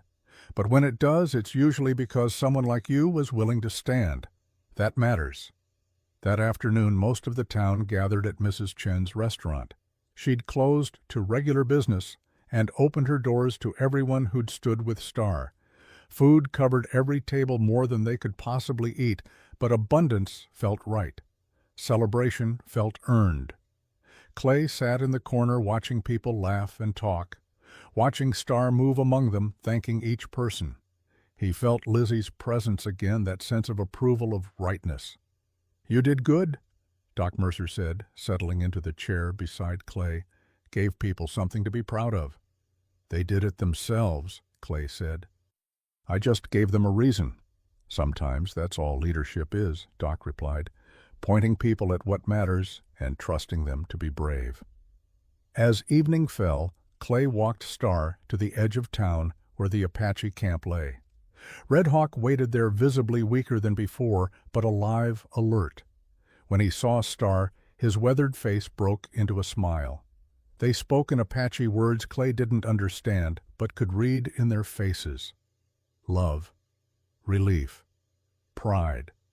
Star gave her father the medicine she'd carried so far, explained everything that had happened. Red Hawk listened occasionally, glancing at Clay, assessing. Finally, Star translated. "My father says you are a good man. He says you honor both worlds, white and Apache. He says you are welcome at our fire." "Tell him I'm honored," Clay said. They sat together as darkness fell, the three of them sharing dried meat and water, speaking little but understanding much. When Clay finally stood to leave, Red Hawk grasped his hand. "Mitakuye Oyasin," the old man said. "All my relations," Star translated. "We are all connected. What you did for me, you did for all of us. We will not forget." Clay walked back to town under a sky full of stars. Tomorrow he'd leave, continue his work hunt, other criminals through other territories. But tonight, this moment, he let himself feel what they'd accomplished. A small victory in an imperfect world. One woman saved, one community strengthened, one evil man forced to run. It wasn't enough to fix everything, but it was enough for today. At the boarding house, Anna had packed his things, prepared supplies for his journey. They sat on the porch one last time, drinking terrible coffee, watching the quiet street. "You'll come back?" Anna asked. "If work brings me this way," Clay said. "This is good country, good people." "It is now," Anna said. "Thanks to you." "Thanks to all of us," Clay corrected. He left at dawn, riding Rangers south toward wherever the next bounty waited. Behind him, Sweetwater Creek woke to another ordinary day forever changed in small ways that mattered. Star remained tending her father, building a life among people who'd chosen to see her humanity rather than her difference. And somewhere in the vast territories, Harlan Wade ran, knowing that justice, though slow, was patient, that witnesses lived, that evidence remained, that someday, somehow the past caught up with everyone. Clay thought about Sarah waiting in Cheyenne, about the stories he'd tell her, about the world he was trying to build one choice at a time, one stand at a time. Do right even when it's hard. He'd kept his promise to Lizzie, again, and tomorrow he'd wake up and keep it again. That was all any man could do. 3 months had passed since that February confrontation in Sweetwater Creek. The snows had melted, revealing the brown earth beneath, and the first green shoots of spring pushed through the soil with determined optimism. Life continued its patient cycle, indifferent to human drama. Clay Brennan rode into Cheyenne on a warm May afternoon, the sun bright overhead, Rangers' hooves clopping steadily on the wooden planks of the main thoroughfare. The territorial capital had grown since his last visit, new buildings rising where empty lots had been, more people crowding the streets. Progress, they called it. Clay wasn't sure the word fit, but he kept that opinion to himself. He'd come for 2 reasons. First, to visit Sarah, who lived with her grandmother on the east side of town. Second, to meet with Marshal Tobias Crane, who'd sent a telegram 3 days ago requesting Clay's presence. The message had been brief, cryptic. Important development regarding Wade case. Witness needed. Come soon. Clay stopped first at the small house where his mother-in-law Margaret Wells had raised Lizzie and now raised Sarah. The white picket fence needed paint. The porch steps creaked, but flowers bloomed in the window boxes and curtains moved in the breeze and smoke rose from the chimney. Home, or as close as Sarah had to one, while her father chased bad men across the territories. He'd barely dismounted when the front door burst open and a small figure came flying down the steps. "Daddy!" Sarah hit him like a cannonball, all 5 years and 40 pounds of her arms wrapping around his legs with fierce possession. Clay swept her up, held her tight, breathed in the smell of her hair soap and sunshine and childhood innocence. "Hey, little bird," he said, using the nickname Lizzie had given her. "You've gotten bigger." "I'm almost 6, Sarah said seriously, as if this explained everything. "Grandma says I'm growing like a weed. A very pretty weed." Sarah giggled, then pulled back to study his face with Lizzie's eyes, brown and deep, and far too perceptive for her age. "You look tired, Daddy." "Just been riding a long time." "Did you catch the bad men?" "Some of them." "Good." Sarah nodded with satisfaction. "Bad men should get caught." Margaret appeared on the porch, wiping her hands on her apron. She was 62, gray-haired and sturdy, with her daughter's kindness and a steel core that frontier life had forged. She'd never much liked Clay, thought Lizzie could have done better than a bounty hunter. But she'd softened after Lizzie died, united with Clay in their shared grief and shared purpose of raising Sarah right. "Clay," she said, nodding, "wasn't expecting you. Got business in town. Thought I'd stop by first. You staying for supper?" "If you'll have me." "Set an extra plate," Margaret said to Sarah. "Your father's staying." The afternoon passed in ordinary magic. Clay sat on the floor while Sarah showed him her drawings, dozens of them covering every scrap of paper Margaret could spare. Stick figures of families' houses with smoking chimneys, horses and dogs and flowers. Sarah narrated each one with elaborate backstories, her imagination vast and wonderful. "This is you," she said, pointing to a tall stick figure, "and this is me, and this is Mama watching from heaven." The stick figure representing Lizzie had wings and a halo. Clay's throat tightened. "That's beautiful, sweetheart." "Grandma says Mama's an angel now. Do you think that's true?" Clay had never been much for religion, but he understood what Sarah needed to hear. "I think if anyone deserved wings, it was your Mama." Sarah smiled satisfied and moved on to the next drawing. At supper, Margaret served roast chicken and potatoes cornbread, still warm from the oven. They ate at the small kitchen table, Sarah chattering about school, about her friends, about the kitten she wanted, but Margaret said they couldn't afford. "Maybe I can help with that," Clay said. He'd made good money over the winter, 3 bounties, collected debts paid. He could spare enough for a kitten. "Don't spoil her," Margaret warned, but her tone was gentle. "Spoiling her's my job," Clay replied. "You handle the discipline. I get to be the fun one."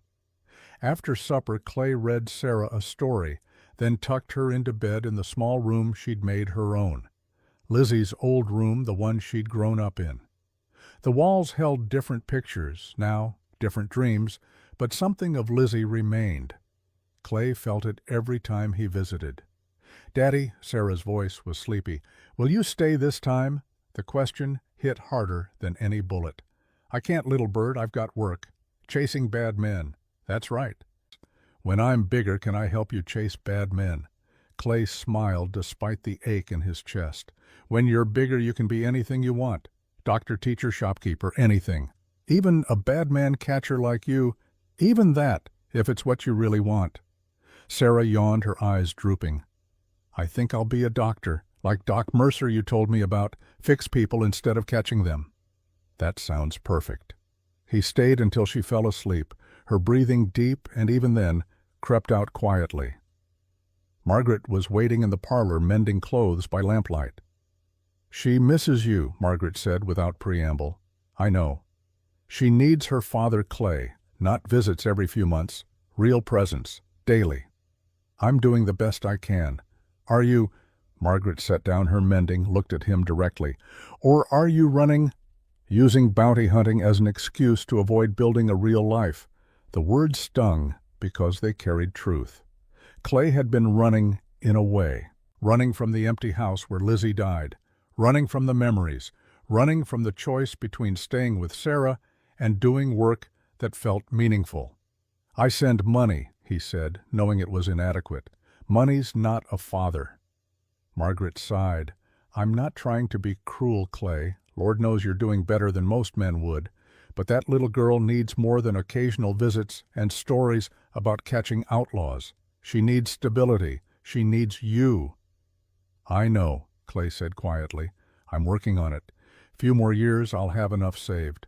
Can buy a place, settle down, be the father she deserves. Few more years, she'll be grown. You'll have missed it all." They sat in uncomfortable silence, the truth hanging between them like smoke. Finally, Margaret spoke again, her voice softer. "Lizzie loved you, Clay. She saw something good in you. Don't prove her wrong by throwing away what matters for what's easy. Chasing criminals isn't easy. No, but it's easier than being present. Easier than facing grief and building something new from it." Clay had no answer to that. He left shortly after promising to visit again soon, knowing the promise was hollow. His work took him where it took him. Sarah understood that, or would, when she was older. He told himself that, and almost believed it. He found a room at a boarding house near the Capitol building, then headed for Marshal Crane's office. The federal building was new, red brick and white trim, flying the American flag. Inside, the marshal's office smelled of leather and tobacco and old paper. Crane looked up when Clay entered, his weathered face breaking into a smile. "Brennan, good timing. Your telegram said it was important." "It is." Crane gestured to a chair. "We found Wade." Clay sat down slowly. "Where?" "Montana Territory. Little town called Silver Creek up in the mountains. He's been there about a month using a false name, keeping quiet. But he got drunk one night, started bragging. Wrong crowd. Word got back to me." Montana Territory. Little town called Silver Creek up in the mountains. He's been there about a month using a false name, keeping quiet. Where was he before that? Clay asked. Best we can tell, he spent February and March hiding in the Bighorn Mountains. Lived rough, avoided towns. Then in April he drifted north into Montana, probably figured enough distance and time had passed. Got comfortable. That's when he got careless. He alone, near as we can tell. His men scattered after Sweetwater Creek. Youngers in Kansas arrested for horse theft. Moss is dead shot in a saloon fight in Denver. The other two no idea, but Wade's alone. You want me to bring him in? It wasn't a question. Crane nodded. Federal warrants been issued. Murder, theft of military property, conspiracy. Any marshal or deputy can execute it, but Wade knows what most lawmen look like. You, on the other hand, he only met once. You can get close. What about Starr's testimony, the documents? All filed, all official. We've got enough to hang him 3 times over. We just need the man himself. Crane leaned back in his chair. I'm authorized to offer you $200 for his capture, plus the original $500 bounty for the train robbery, $700 total. Dead or alive, but I'd prefer alive. Give him a trial, let justice work properly. One more thing, Crane said. Sheriff Miller in Sweetwater Creek. Turned out he was on Wade's payroll. We arrested him 2 weeks ago. Town elected Tom Brewster as interim sheriff. Good man. Clay smiled slightly. Good. Miller needed answering for. $700. Nearly a year's wages for most men. Enough to buy that place he'd been dreaming about, enough to bring Sarah home, enough to stop running and start building. I'll need details, Clay said. Layout of the town, Wade's habits, everything you've got. I've got a file prepared. Crane handed him a thick envelope. But there's one more thing. Morning Star wants to go with you. Clay's eyebrows rose. What? She's in town. Been here a week waiting for news about Wade. When I told her we'd found him, she insisted on being there when he's captured. Said she has a right to face him. It's too dangerous. Told her that, she didn't care? Crane shrugged. She's not under my authority. Can't order her to stay. But I thought you should know before you saw her. Clay ran a hand through his hair, thinking. Starr had every right to want justice, to want to see Wade face consequences. But bringing her along meant responsibility, meant protecting her during what could be a violent confrontation. Where is she? Stayed at the Morrison Hotel. Told her I'd send word when you arrived. An hour later, Clay sat across from Morning Star in the hotel's dining room. She wore a simple dress, dark green cotton, her hair braided as always. 3 months had changed her subtly. She looked healthier, less haunted. The shadows under her eyes had faded, but the determination in her expression was the same. You do not want me to come, she said without preamble. It's dangerous, Clay replied. Wade's desperate, cornered. That makes him unpredictable. I know this. I have known desperate men before. Then you know it's foolish to... Foolish. Starr's eyes flashed. I watched him murder Captain Hartford. I spent 3 months running from him, hiding afraid every day. I stood in Sweetwater Creek and testified, knowing he might kill me. Do not speak to me of foolishness. Clay raised his hands in surrender. I'm not trying to insult you. I'm trying to keep you safe. I have kept myself safe for 1 year. I think I can manage a few more days. Starr took a sip of tea, her expression softening slightly. I am not asking your permission, Clay. I am informing you. I am going to Silver Creek. You may travel with me or not. That is your choice. Marshal Crane told you where Wade is. He did, after I reminded him that without my testimony there would be no case, that I am not some helpless woman to be protected and dismissed. Despite himself, Clay smiled. No, you're definitely not that. Then we understand each other. Clay thought about it. About Sarah, about promises made, about the kind of world he was trying to build, about justice and courage, and the fact that Starr had more right than anyone to see this through. We leave tomorrow, he said finally. But you follow my lead. If shooting starts, you take cover. Agreed? Agreed. They shook hands across the table, sealing the bargain. That evening, Clay returned to Margaret's house one more time. Sarah was asleep, but he stood in her doorway for a long moment, watching her breathe, memorizing her face, building courage for what came next. Margaret found him there. "You're leaving." "Tomorrow. Should be back in 2 weeks." "Should be." "Will be," Clay corrected. "I've got someone counting on me." Margaret studied him in the dim lamplight. "Be careful, Clay. That little girl needs her father." "I know," he said, "and I promise after this job things will be different. I'll find work closer to home, spend more time with Sarah, build the life Lizzie wanted. I'll hold you to that." Clay bent and kissed Sarah's forehead gently, whispering a promise she couldn't hear but he intended to keep. Then he left, walking into the spring night, preparing for one more hunt, one more confrontation with evil. But this time, he told himself it would be the last. This time he'd finish what he started and come home for good. The ride to Silver Creek took 5 days north through rolling grasslands that gave way to pine forests and then to the rugged mountains of Montana Territory. Clay and Star traveled in comfortable silence, speaking little but understanding much. They'd developed an easy partnership during their time in Sweetwater Creek, a mutual respect that made words often unnecessary. Star proved herself an excellent traveler, never complaining about the pace or the conditions, always ready when Clay said it was time to move. She could build a fire, cook trail food, tend the horses, shoot straight when needed. More than once, Clay found himself grateful for her company. On the third night, camped beside a stream with the stars bright overhead, Star asked about Sarah. "She is well, your daughter." "She is," Clay said, poking the fire with a stick. "Growing fast, smart as a whip, wants to be a doctor, like her father, helping people." "I'm not sure bounty hunting counts as helping." "It does," Star said firmly. "You remove dangerous men. You protect the innocent. That is helping." Clay wasn't entirely convinced, but he appreciated the sentiment. "What about you?" "Your father." Star's expression grew distant. "Red Hawk grows weaker each day. The medicine helps with pain, but the consumption advances. He says he is ready to join the ancestors.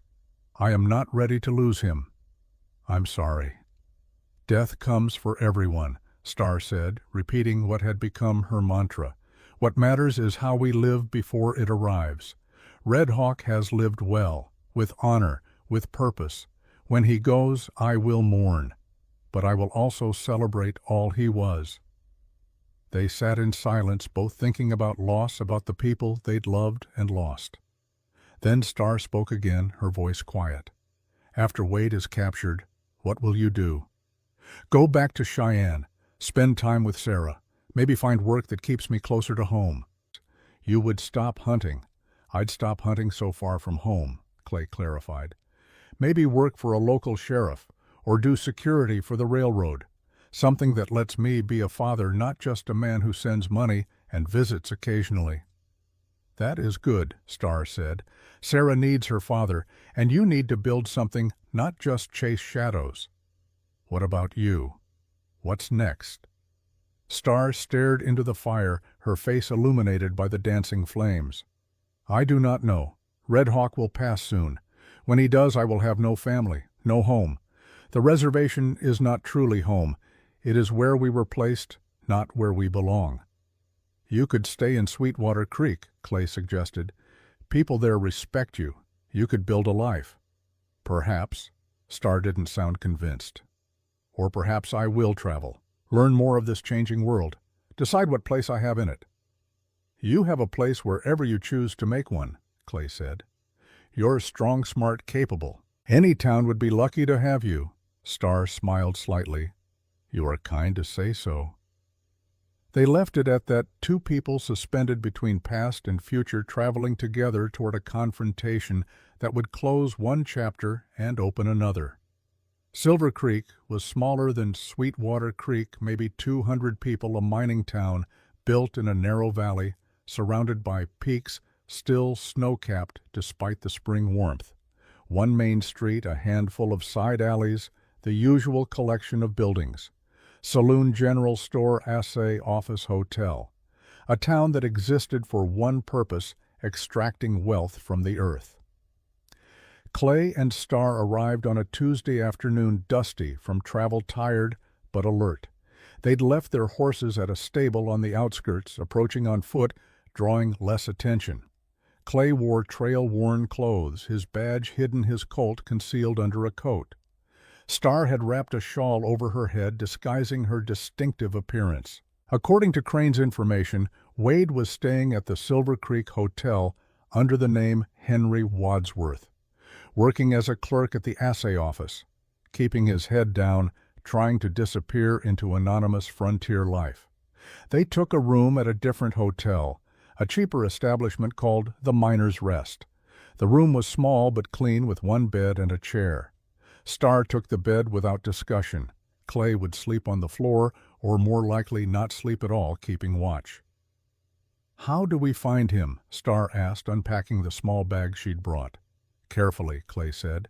He moved to the window which overlooked the main street. "First I confirm he's here, then I watch, learn his patterns. Then I make my move. When?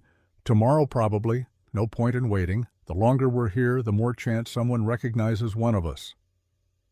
That evening Clay walked to the assay office, a small building with barred windows and a heavy door. Through the window he could see a man working at a desk hunched over ledgers. The angle was wrong to see his face clearly, but the build was right. Medium height, lean dark hair. Clay circled the building, noting exits, sight lines, obstacles, professional assessment. Then he walked to the saloon, ordered whiskey he didn't drink, and listened to conversations. The assay clerk was mentioned twice. "Wadsworth, the new fellow," one miner said.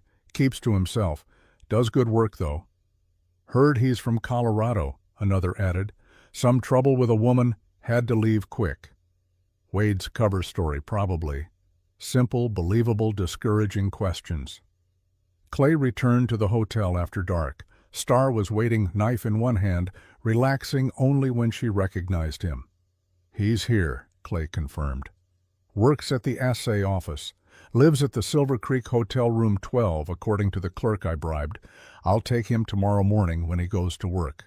Public but early, fewer people to get hurt if things go wrong." "I want to be there," Star said. "You will be, but at a distance. Safe." Star started to argue, then stopped, seeing something in Clay's expression. "You're worried." "I'm always worried when guns are involved. Too many variables, too many ways for people to get killed." "Including you." "Including me," Clay agreed. "Which is why I need you to promise me something. If I go down, if Wade kills me, you run. Don't try to be a hero. Don't try to finish the job. You run, you hide. You get back to Cheyenne and tell Crane what happened." "Understood." Star held his gaze for a long moment, then nodded slowly. "Understood, but you will not go down. You are too stubborn to die." Despite the tension, Clay smiled. "Let's hope you're right." They took turns sleeping, or trying to. Clay dozed in the chair, his Colt on his lap, starting awake at every sound. Star lay still on the bed, but Clay could tell from her breathing she wasn't sleeping either. Both of them thinking about tomorrow, about justice, about the moment they'd been working toward for months. Dawn came cold and clear, frost glittering on the buildings, breath steaming in the air. Clay and Star positioned themselves in an alley across from the Silver Creek Hotel, concealed but with a clear view of the entrance. They'd been waiting 30 minutes when Wade emerged.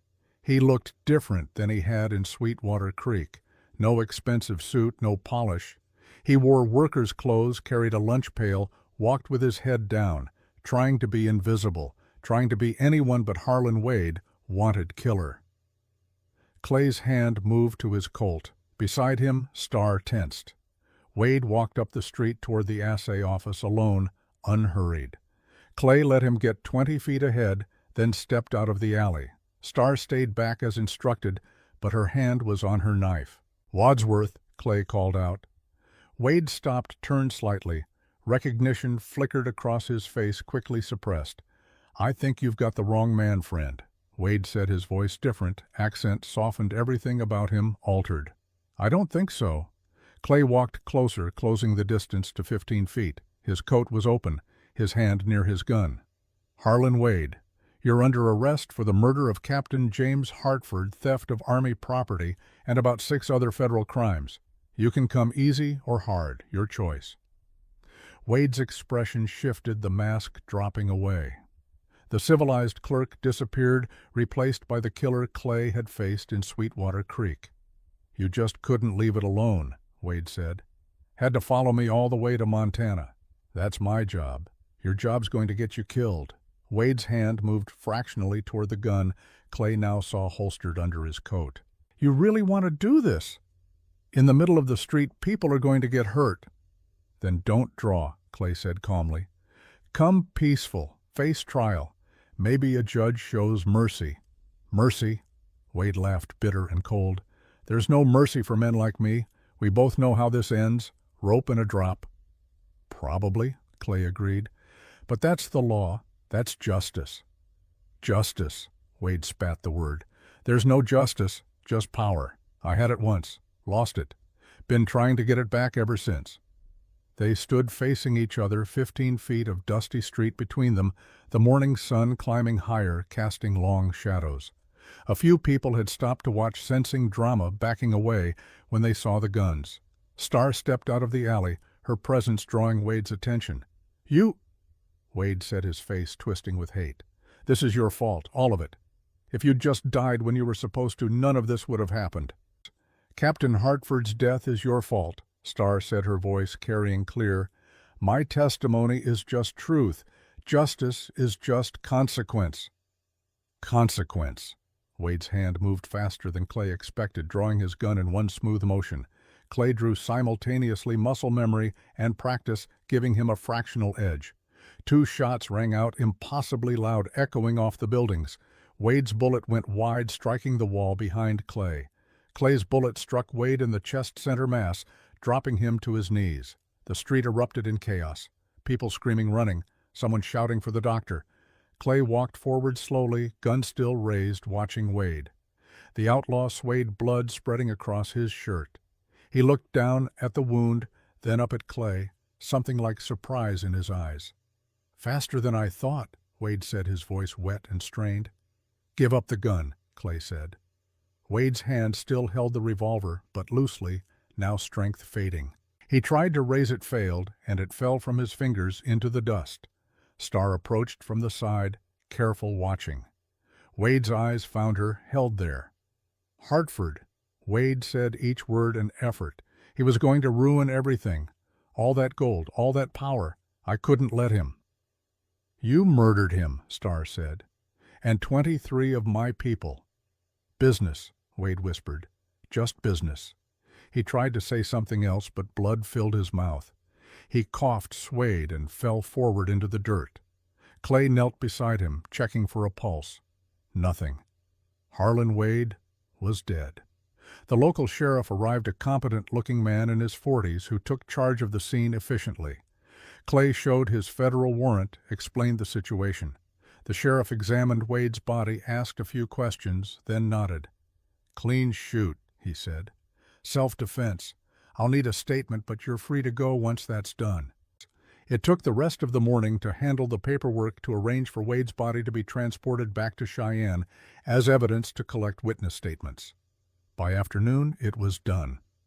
Clay and Star stood outside the sheriff's office, the spring sun warm on their faces, the crisis finally over. "He's dead," Star said quietly. "Justice is served." "Justice is served," Clay agreed. "How do you feel?" Star considered the question. "Empty, like drinking from a cracked bowl, as I said before. I thought his death would bring peace. It does not. It just brings silence." "That's normal," Clay said. "Revenge never satisfies the way we think it will. But justice isn't about satisfaction. It's about what's right. Captain Hartford is still dead. My people are still dead. Wade's death changes nothing." "It changes something," Clay said gently. "It says their lives mattered, that their deaths weren't ignored, that someone cared enough to pursue justice. That's not nothing, Star. That's everything." She looked at him, her eyes wet but not crying. "Then why does it feel like nothing, because grief doesn't end just because justice is served. You're mourning everyone you lost. Wade's death closes one chapter, but the grief continues. That's how it works. They stood in silence for a moment, both processing what had happened, what it meant. Then Starr spoke again. "Thank you, Clay, for everything. For protecting me in Sweetwater Creek. For coming here. For seeing this through. You're welcome. Thank you for teaching me that justice matters even when it's hard, even when it doesn't feel like enough." They rode out of Silver Creek that afternoon, heading south toward Cheyenne, toward closure, and whatever came next. The journey took them through beautiful country spring in full bloom, wildflowers painting the meadows in purple and gold, life continuing its patient cycle, indifferent to human drama, but beautiful nonetheless. 3 days into the journey, they made camp beside a clear stream, the water singing over stones. Clay built a fire while Starr prepared coffee. They'd fallen into comfortable routines, the easy partnership of people who understood each other. After we reached Cheyenne, Starr said, "I will return to Sweetwater Creek. Red Hawk will need me soon." "When he passes," Clay said carefully, "what then? I do not know. Perhaps I will stay in Sweetwater Creek. Doc Mercer has offered to teach me more medicine, says the town needs a real doctor, not just an old man whose hands shake." "You'd be good at that," Clay said. "Healing instead of fighting." "Perhaps both," Starr replied. "The world needs both. People who can heal and people who can fight when healing fails." "What about you?" she asked. "You spoke of staying closer to Sarah." "I meant it," Clay said. "Marshal Crane mentioned he needs a deputy in Cheyenne. Federal work, mostly paperwork and prisoner transport. Not as exciting as bounty hunting, but steady. Safe, close to home. You will take it." "I think so. $700 from the Wade bounty will buy a small house. Nothing fancy but enough. Somewhere Sarah can live, somewhere I can be her father instead of just a man who visits." "She is lucky to have you," Starr said. "Not all children have fathers who care so much." "I'm lucky to have her," Clay replied. "She reminds me why any of this matters. Building a better world isn't abstract. It's concrete. It's her. It's every child who deserves to grow up safe." They reached Cheyenne on a warm afternoon, the streets busy with commerce and life. Clay took Starr to the Morrison Hotel, ensured she had funds for a room and meals, then went to Marshal Crane's office. Crane listened to his report, examined the paperwork from Silver Creek, nodded with satisfaction. "Clean work," Crane said. "Wade's dead. His crimes documented, justice served. Federal court satisfied." He counted out $700 in cash, more money than Clay had seen in one place in years. It felt heavy, significant, like possibility in paper form. "That deputy position," Clay said, "is it still available?" Crane looked up, surprised, then smiled. "It is. Pay's not as good as bounty hunting, but it's steady. $40 a month, plus housing allowance. You interested?" "I am, if you'll have me." "I'd be honored," Crane said. He extended his hand, and they shook. "Welcome to Federal Service, Deputy Brennan." That evening, Clay had dinner with Margaret and Sarah. He told them about the job, about his plans to stay in Cheyenne, about the house he'd buy. Sarah's face lit up like the sun. "You're staying?" she asked, as if afraid to believe it. "Really staying?" "Really staying," Clay confirmed. "No more long trips, no more months away. I'll be here, little bird, every day." Sarah launched herself at him, hugging him so tight it hurt. Clay held her, his eyes wet, finally understanding what Lizzie had tried to tell him. That being present mattered more than any grand gesture. That love was measured in daily moments, not occasional visits. Margaret watched them, her expression soft. "Lizzie would be proud," she said quietly. "I hope so," Clay replied. 2 weeks later, Clay stood in front of a small house on Cheyenne's east side. 2 bedrooms, a kitchen, a parlor, modest but sturdy, with a yard where Sarah could play. He'd bought it with the Wade bounty, paid cash, received a deed that felt like a covenant. Sarah ran through the empty rooms, her footsteps echoing, her laughter filling the space. "This one's my room," she declared, standing in the smaller bedroom, "and that one's yours. And this is where we'll eat dinner every night, right, Daddy?" "That's right," Clay said. "Every night." He spent the next week furnishing the house simple but functional. A bed for each of them, a table and chairs, dishes and pots and all the mundane items that made a house a home. Margaret helped directing with gentle authority, making sure Sarah had what she needed. On a Saturday afternoon, a week after they'd moved in, there was a knock at the door. Clay opened it to find Morning Star standing on his porch, a small bag in her hand. "Star," he said, surprised but pleased. "Come in." She entered, looking around the small house with approval. Sarah appeared from her room, curious about the visitor. "Sarah," Clay said, "this is my friend Morning Star. She helped me with important work." "Like catching bad men?" Sarah asked. "Exactly like that," Star said, kneeling to Sarah's level. "Your father is very brave. You should be proud." "I am," Sarah said seriously. Star stayed for tea, telling Sarah stories about the mountains and animals, teaching her an Apache word for friend. Sarah listened with rapt attention, asking questions, her natural curiosity finding a new focus. When Sarah went outside to play, Star turned to Clay. "Red Hawk passed 3 days ago," she said quietly. "Peacefully in his sleep. He was ready." "I'm sorry," Clay said, knowing the words were inadequate. "I am too, but also grateful. He lived well. He taught me well. His legacy continues in me." Star took a breath. "I am returning to Sweetwater Creek tomorrow. Doc Mercer has agreed to train me properly.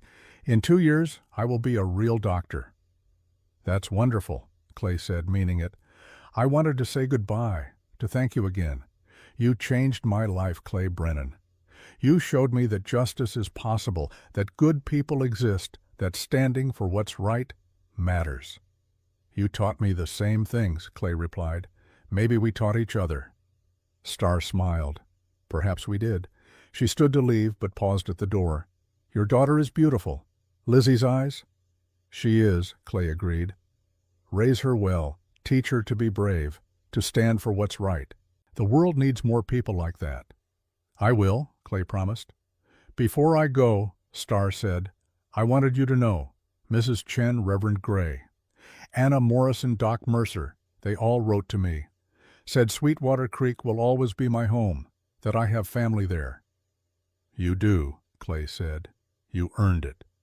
They embraced briefly, two friends parting, knowing they might never see each other again, but grateful for the time they'd shared. Then Star left, walking down the street toward whatever future awaited her.